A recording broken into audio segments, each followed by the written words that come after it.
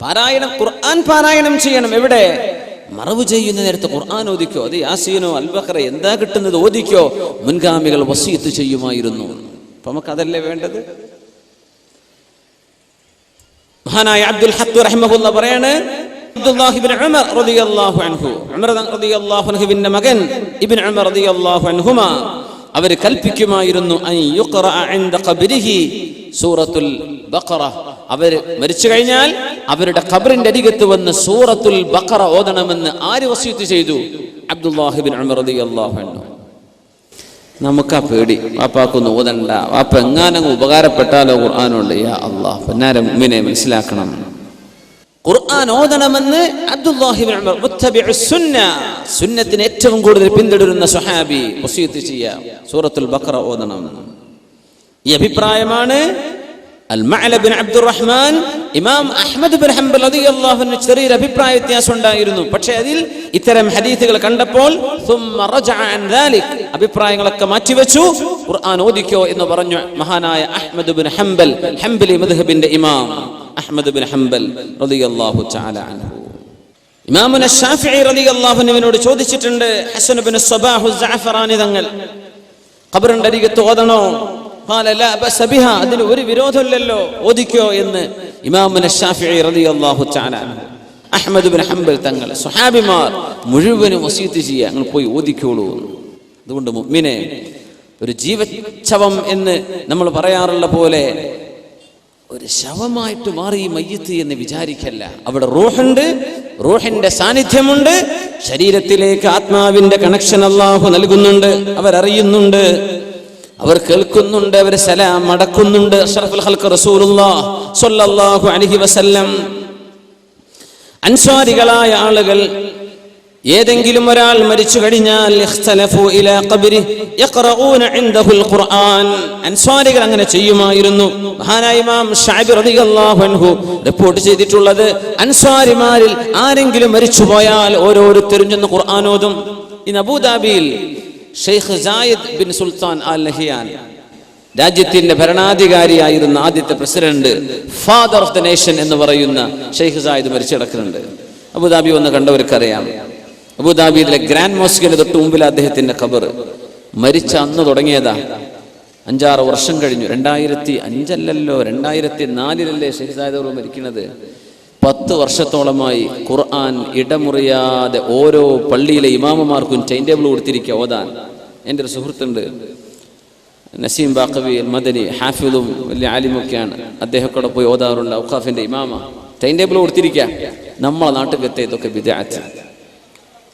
ഖുർആൻ ഓതുക, ഷെയ്ഖ് സായിദിന്റെ ഖബറിന്റെ അരികത്ത് ഖുർആൻ ഓതിക്കൊണ്ടിരിക്കും. ഇവർക്ക് ഇത് കണ്ടവരാണ്, അതാണ്, അവർക്കതറിയാം. അവിടെ കാലിമീങ്ങളില്ലേ, അവർക്ക് പറഞ്ഞു കൊടുക്കാൻ പറ്റൂലേ ബിദ്അത്തും മോശപ്പെട്ടത് നല്ലത് എന്തൊക്കെയാണെന്ന്? യാ അല്ലാഹ്, എന്തേ? ഇത് സ്വഹാബിമാർ ചെയ്തിട്ടുണ്ട്.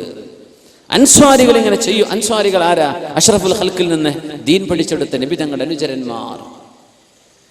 അപ്പൊ അതൊന്നും നമ്മൾ മുണ്ടൂല, ഇത്തരം കാര്യങ്ങളൊന്നും ഇത്തരക്കാർ പറയൂല. അതൊരു ഹഖാണ്.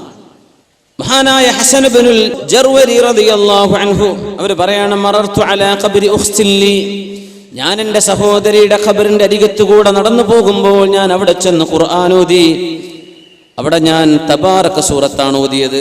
ഒരാൾ വന്ന് ചോദിച്ചു, ഇന്നി റഅയ്തു ഉഖ്തക ഫിൽ മനാമി തഖൂൽ, നിങ്ങളുടെ സഹോദരിയെ എനിക്ക് സ്വപ്നദർശനമുണ്ടായി. അവർ പറയുന്നുണ്ട്, ജസല്ലാഹു അബാ അലിയിൻ ഖൈറാ, അബൂ അലിക്ക് അല്ലാഹു ഖൈർ ചെയ്യട്ടെ, ഫഖദ് ഇൻതഫഅതു ബിമാ ഖറഅ, അവരാ ഓതിയത് കൊണ്ട് അല്ലാഹു എനിക്ക് ഉപകാരം തന്നുവല്ലോ എന്ന് മഹാനായ ഹസൻ ഇബ്നുൽ ജർവി റളിയല്ലാഹു അൻഹുവിന്റെ പെങ്ങൾ അവർക്ക് പറഞ്ഞു കൊടുക്കുകയാണ്. സുബ്ഹാനല്ലാഹ്, ഉപകാരപ്പെടുകയാണ്. അബൂബക്കർ ബിൻ അൽ അത്റൂഷ് ഇബ്നു ബിൻത് അബി നദർ ബിൻ തമ്മാർ എല്ലാ വെള്ളിയാഴ്ച ദിവസവും പരിശുദ്ധമായ മുഅ്മിനീങ്ങൾ കടക്കുന്ന പരിശുദ്ധമായ ഖബർസ്ഥാനിൽ ചെന്ന് യാസീൻ ഓതിയിരുന്ന ഒരാളുടെ അനുഭവം ഉദ്ധരിക്കുന്നുണ്ട്. അങ്ങനെ ചില ദിവസം ബഹുമാനപ്പെട്ടവർ വന്ന് യാസീൻ ഓതും. ഓതിയിട്ട് പറയും, അല്ലാഹുമ്മ, പടച്ചവനെ, ഈ യാസീൻ ഈ പ്രദേശത്തുള്ള മുഴുവൻ ആളുകൾക്കും ഞാൻ ഹദിയ ചെയ്യുകയാണ് റബ്ബേ, ലി അഹ്ലിൽ മഖാബിർ.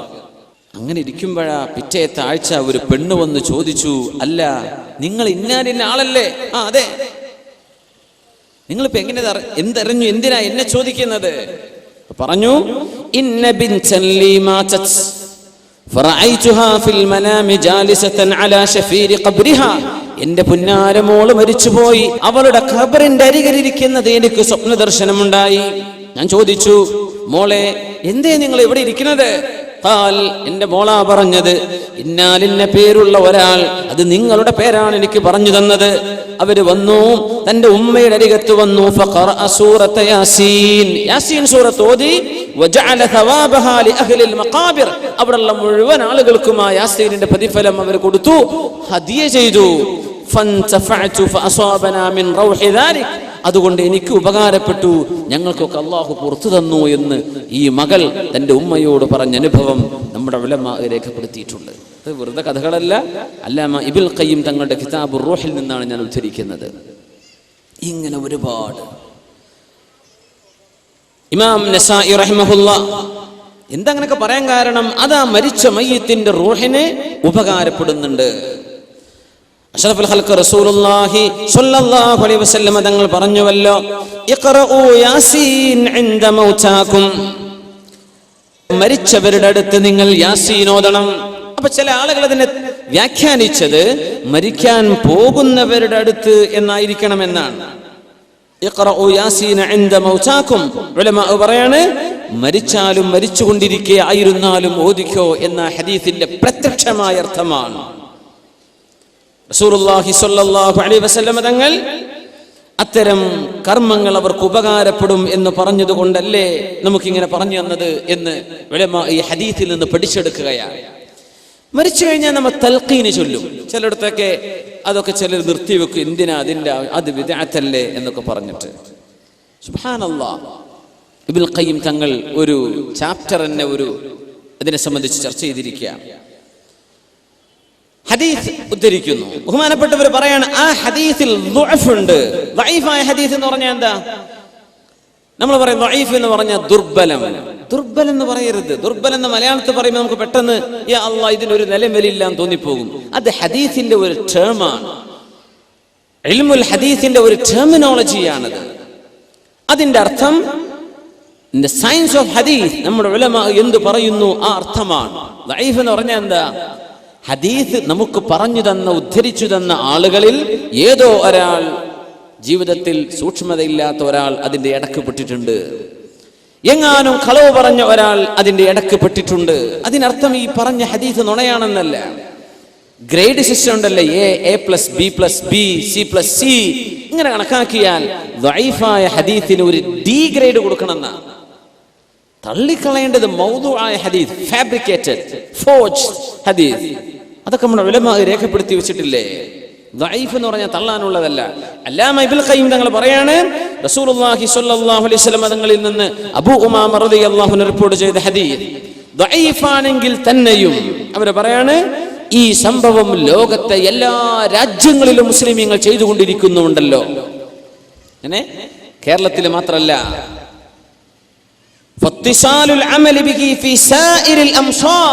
എല്ലാ നഗരങ്ങളിലും എല്ലാ കാലഘട്ടങ്ങളിലും മിൻ ഗൈരി ഇൻകാരിൻ, അതൊരു ആലിമും നിഷേധിക്കുകയോ നിരോധിക്കുകയോ ചെയ്യാതെ മറവ് ചെയ്തു കഴിഞ്ഞ ഖബറിന്റെ അരികത്തിരുന്നിട്ട് ആ മയ്യിത്തിനോട് പറഞ്ഞു കൊടുക്കുക, മുൻകർ നക്കീർ അലൈഹിസ്സലാം വന്നാൽ ഇദാ അതാക അൽ മലകാനിൽ മുവക്കലാൻ, അങ്ങനെ വന്നാൽ ഫഖുൽ കദാ വകദാ മർ റബ്ബുക വമൻ നബിയുക എന്ന് ചോദിച്ചാൽ ഇങ്ങനെ പറഞ്ഞു കൊടുത്തേക്കണം. ഈ പറയുന്ന ഹദീസാണ് തൽഖീരിന്റെ ഹദീസ്. അവർ പറയാൻ ഇത് ദഈഫാണെന്ന് പറയാം, ആയിക്കോട്ടെ. ലോകത്തെ എല്ലാ ഇതിലപ്പുറം എന്താ വേണ്ടത്? എല്ലാ കാലഘട്ടങ്ങളിലും എല്ലാ നഗരങ്ങളിലും ആരും ഇത് നിഷേധിച്ചിട്ടില്ലല്ലോ. നമ്മുടെ 20-ാം നൂറ്റാണ്ടിലല്ലേ, നമ്മുടെ കേരളത്തിലല്ലേ ഇപ്പൊ ഒച്ചപ്പാടൊക്കെ ഉണ്ടായത്? ബിദ്അത്താണോ? അല്ലാമ ഇബ്നുൽ ഖയ്യിം തങ്ങൾ അടിച്ചെഴുതുകയാണ്, ഇതൊന്നും ലോകത്ത് ആരും നിഷേധിച്ചിട്ടില്ല. പിന്നെ എങ്ങനെ നമുക്ക് മാത്രം ഒരു ബോധോദയം വന്നത്? ഇതൊക്കെ ഉലമാ കണ്ട ഹദീസല്ലേ.